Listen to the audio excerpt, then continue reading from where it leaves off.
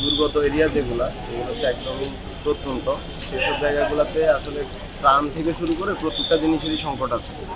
তো সেই জায়গাগুলোতে মেন সমস্যা হচ্ছে আমরা বেশিরভাগ ক্ষেত্রে ত্রাণগুলো পৌঁছানো যায় না, এবং মেডিকেল টিমের জন্য সেসব এরিয়াগুলোতে পৌঁছানো অনেক বেশি চাপ। তো তারপরে আমাদের মেডিকেল টিমগুলো আমরা ফিল্ড হসপিটাল তৈরি করেছি সদরে, এবং সেখান থেকে একদম উপজেলা পর্যায়ে এবং ইউনিয়ন পর্যায়ে আশ্রয়কেন্দ্র যেগুলো আছে সেগুলোতে আমরা সেবা দেওয়ার চেষ্টা করেছি। তো সেখানে যে বিষয়গুলো আসলে স্পষ্ট হয়েছে সেটা হচ্ছে এখানে যেমন খাবার পানির সংকট আছে, তেমনি আসলে পর্যাপ্ত মেডিসিন এবং মেডিকেল ইকুইপমেন্ট থেকে শুরু করে আরও যে বিষয়গুলোর প্রয়োজন সেগুলো আসলে অনেক বেশি শর্টেজ আছে।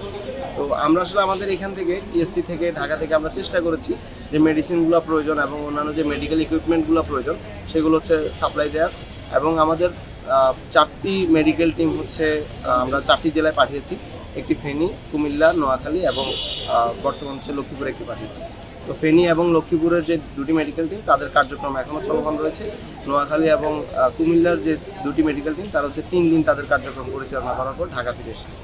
তো এই টিমগুলো মূলত সেখানে তারা হচ্ছে শহরে সদর হচ্ছে ফিল্ড হসপিটাল তৈরি করার মাধ্যমে তারা হচ্ছে উপজেলা থেকে শুরু করে ইউনিয়ন পর্যায়গুলোতে চিকিৎসা সেবা নিশ্চিত করেছে।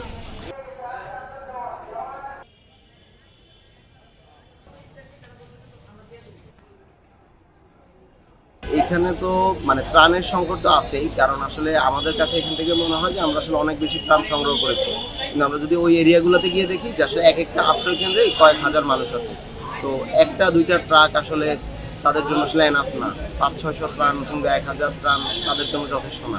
এবং বাংলাদেশের দক্ষিণাঞ্চলের ওই এরিয়াগুলো অনেক বেশি ঘনবসতিপূর্ণ, যার কারণে এখান থেকে আসলে যে পরিমাণ ত্রাণ যাচ্ছে সেটা আসলে কখনোই যথেষ্ট না। একটা ইউনিয়ন কিংবা একটা উপজেলাকে মানে একটা দুর্গত উপজেলা যেটা আসলে বন্যাক্রান্ত সেটাকে আসলে দেওয়ার মতো যথেষ্ট ত্রাণও আসলে আমরা সংগ্রহ করতে পারি না। এবং এটাকে আমি মনে করি যে আসলে যদি জাতীয়ভাবে যে প্রধান উপদেষ্টার যে ফান্ডটা আছে সেখান থেকে যদি আসলে কাজ করা না হয় তাহলে আসলে এই ত্রাণটা আসলে যথেষ্ট হবে না। এটি হচ্ছে প্রথম পয়েন্ট। দ্বিতীয়ত হচ্ছে এই এরিয়াগুলোতে আসলে কিছু স্পেসিফিক মেডিসিনের রিকোয়ারমেন্টস হয় যেগুলো আসলে সাধারণত অন্যান্য সময়গুলোতে লাগে না, বিশেষ করে চর্মরোগের মতো মেডিসিনগুলো। তো এখানে অ্যান্টিফাঙ্গাল থেকে শুরু করে অন্যান্য মেডিসিনগুলো সেগুলো আসলে ফার্মাসিউটিক্যালসে খুব কম উৎপাদন করে। তো যখন আমার এই বিশেষ সময় অনেক বেশি মেডিসিনের প্রয়োজন হচ্ছে তখন তারা আসলে সেভাবে আমাকে সাপ্লাই দিতে পারছে না, এবং ফলাফল হিসেবে আমরা দেখতে পাচ্ছি যে এখানে আসলে যে প্রয়োজনীয় মেডিসিন যেগুলো সেগুলোর অনেক বেশি সংকট হচ্ছে।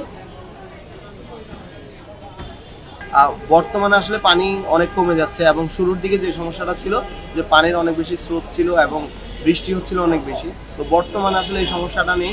পানি হচ্ছে আস্তে আস্তে কমছে, বৃষ্টি থাকলেও পানি হচ্ছে আগের মতো বাড়ছে না।